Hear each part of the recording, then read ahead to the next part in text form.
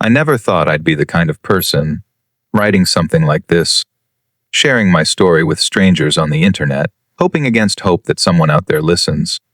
That someone believes me before it's too late, before it comes for you too. My name is Don, or at least it used to be. Now they just call me Patient 47 Inches, this place I call the Overlook.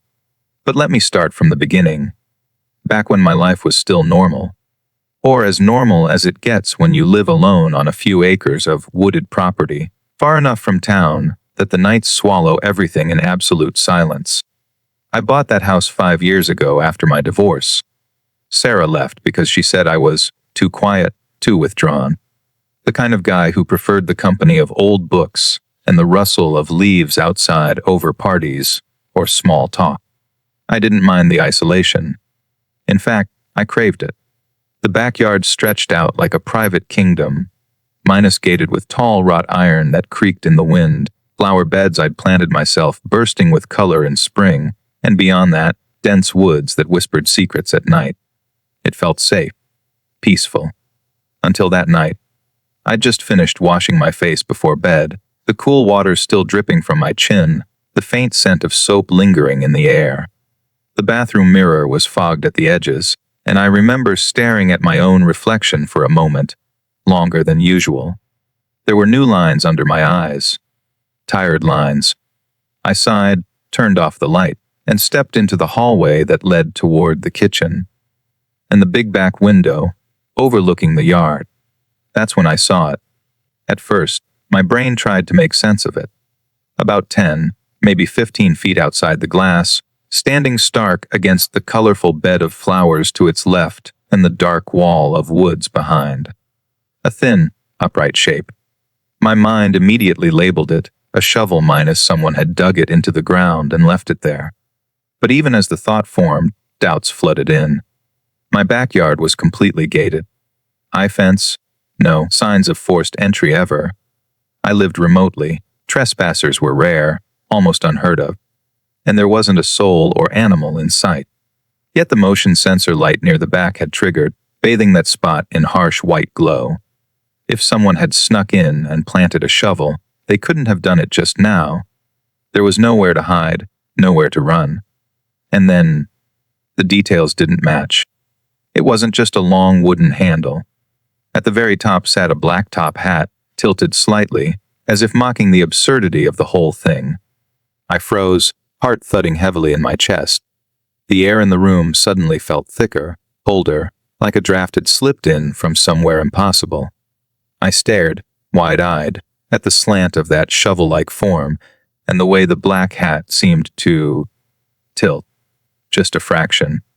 Like a dog cocking its head when it hears a strange sound, trying to understand what the hell you're saying. A visceral wave of nausea hit me. I barely kept from vomiting right there on the floor. My skin prickled, every hair standing on end. This wasn't right. This wasn't possible. And then, the motion sensor light clicked off. Darkness swallowed the yard whole.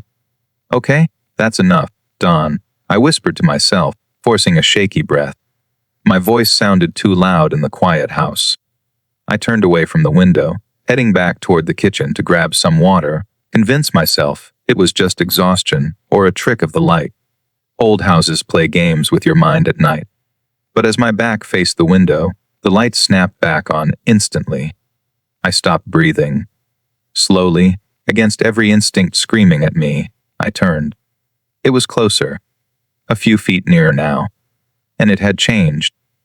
No longer just a stick with a hat. Something patchy and gray clung to what I guessed was its chest, minus tattered fabric, like old rotting clothes swaying gently, though there was no wind. The hat still perched unnaturally on top. My hands trembled. This had to be a dream, a vivid, horrible nightmare. I decided to call the police anyway, minus better safe than sorry, even if they'd laugh at me. But as I reached for my cell phone on the counter, I made the same mistake again. I turned my back. The sound came like thunder in the silence, minus glass shattering violently, exploding inward across the floor in a deadly rain of shards. I stumbled back against the wall, gasping, my heart hammering so hard it felt like it would burst. I spun around. It was inside, standing in the circle of broken glass, now only 20 feet away. A black top hat, tattered gray clothing hanging loosely, and now, two impossibly thin, bone-like arms had sprouted from its sides, dangling at awkward angles. Its head, minus if you could call that void under the hat a head, minus tilted again, slowly, curiously. "This can't be happening," I whispered, my voice cracking. The room smelled wrong now, minus a faint, musty odor like damp earth, and old decay mixed with something metallic. My skin crawled as if invisible fingers were tracing my spine. I could hear my own ragged breathing, too loud, echoing in my ears. I fumbled with the phone, dialing 911 with numb fingers. "It's in the house," I managed to choke out as the operator answered. "Please?" "It's inside." The last thing I remember is the world tilting, my vision blurring, and passing out cold on the floor. When I woke up, things were different. I heard the recording later. My voice, panicked and broken, repeating that phrase. But what happened in between is mostly a blur of shadows and terror. Flashes of movement at the edge of my sight. The feeling of being watched, always watched. Cold breath on the back of my neck even when I was alone. They say I was found wandering the woods days later, incoherent, covered in scratches that weren't from branches. The house was empty. No broken glass. No signs of intrusion, except my own shattered window from the inside. The police thought I'd had a breakdown. Stress from the divorce, isolation, whatever. They committed me here, to the Overlook, but it's still with me. I call it the Stickman. At first, in the early days here, I thought maybe the doctors were right. Maybe it was all in my head. The white walls of my room, the sterile smell of antiseptic, the distant hum of fluorescent lights. Minus it all felt designed to make you doubt your own sanity. They gave me pills that made my thoughts fuzzy, my limbs heavy. I tried to sleep. God, I tried. But every time my eyes closed, it got closer. I would wake up drenched in sweat, heart pounding, convinced I could hear the faint scrape of something thin and wooden shifting across the linoleum, just beyond my bed. A soft rustle like old fabric, the tilt of a head in the darkness. So I started fighting it. I stayed awake longer and longer. Coffee, then energy drinks, then anything I could get my hands on. The nurses noticed. They upped my meds. But the Stickmen didn't care about their chemicals. One night minus, I think it was the third week, minus I kept my eyes open until they burned. I sat on the edge of my bed, staring at the corner of the room where the shadows gathered thickest. The clock ticked mercilessly. My eyes watered. My body screamed for rest, but I refused. And then I saw it. Not fully. Just the brim of that black hat emerging, slowly from the darkness near the ceiling. It was hanging upside down like some grotesque spider, limbs splayed against the wall. The tilt. That curious, patient tilt. I screamed. They sedated me. After that, the memories of my old life started flooding back in strange ways. Not just the divorce. Deeper things. When I was a kid, maybe 8 or 9 years old, I used to play in the woods behind my parents' old house. There was this clearing where I'd build stick forts. One summer, I made a figure out of branches minus tall, thin, with a funny hat I fashioned from leaves and bark. I talked to it sometimes when I felt lonely. Named it Mr. Tall. Told it my secrets. Was that the beginning?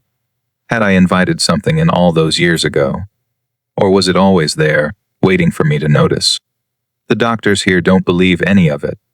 They call it delusions, schizophrenia, trauma-induced psychosis.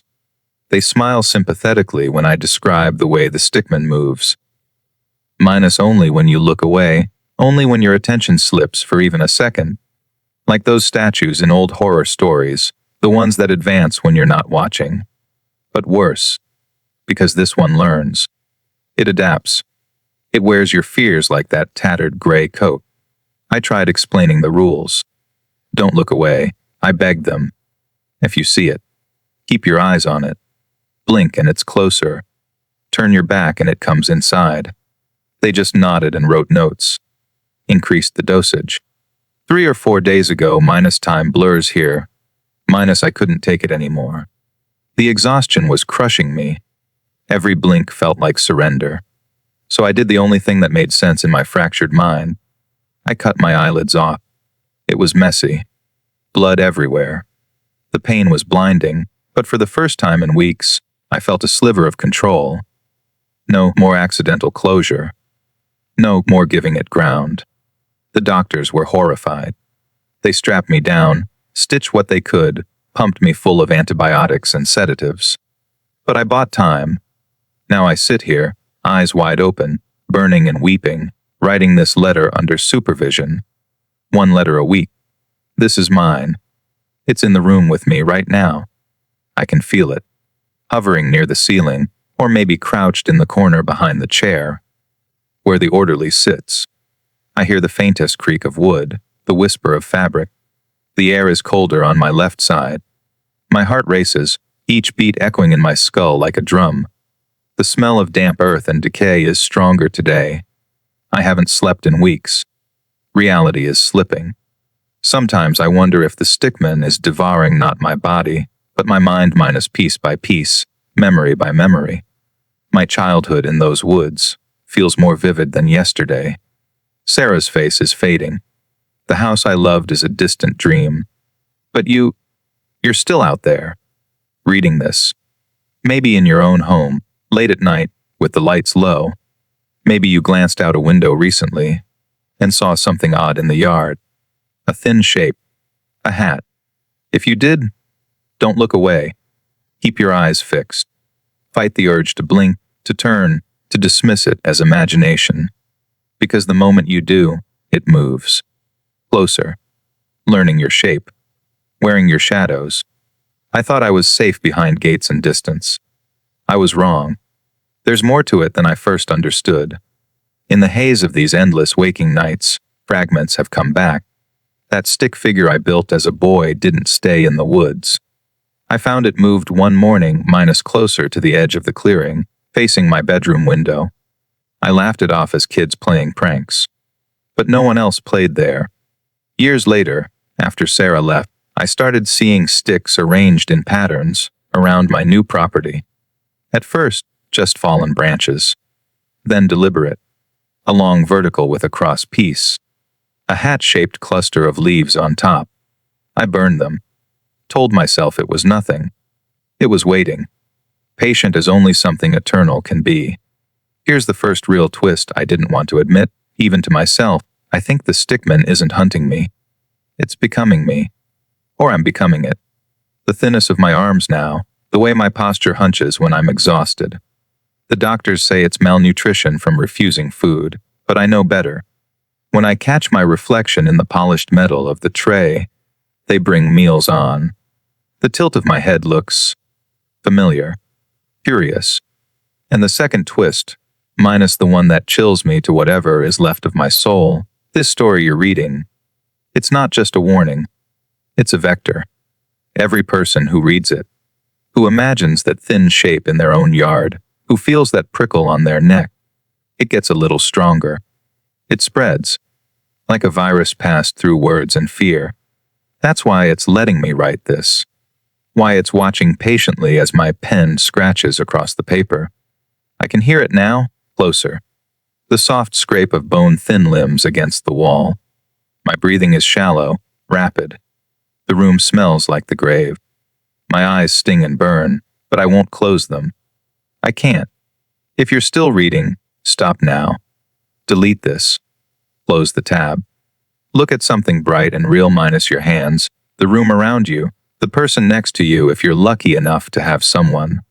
Ground yourself. But if it's too late, if you've already seen it in the corner of your eye, while reading these words, I'm sorry. I call him the stickman. And if you see him, don't look away. Whatever you do, don't look away. The shadows are lengthening. My letter is almost done. The orderly is shifting uncomfortably in his chair, glancing at me with that professional concern that hides fear. He doesn't know. He can't see it hanging there. inches from his shoulder, head tilted, waiting for him to blink. I hope this reaches you in time. I hope my sacrifice minus my eyes, my sanity, my life minus gives you the warning I never had. But deep down, in the fragments of me that remain, I know the truth. It's already closer. For all of us.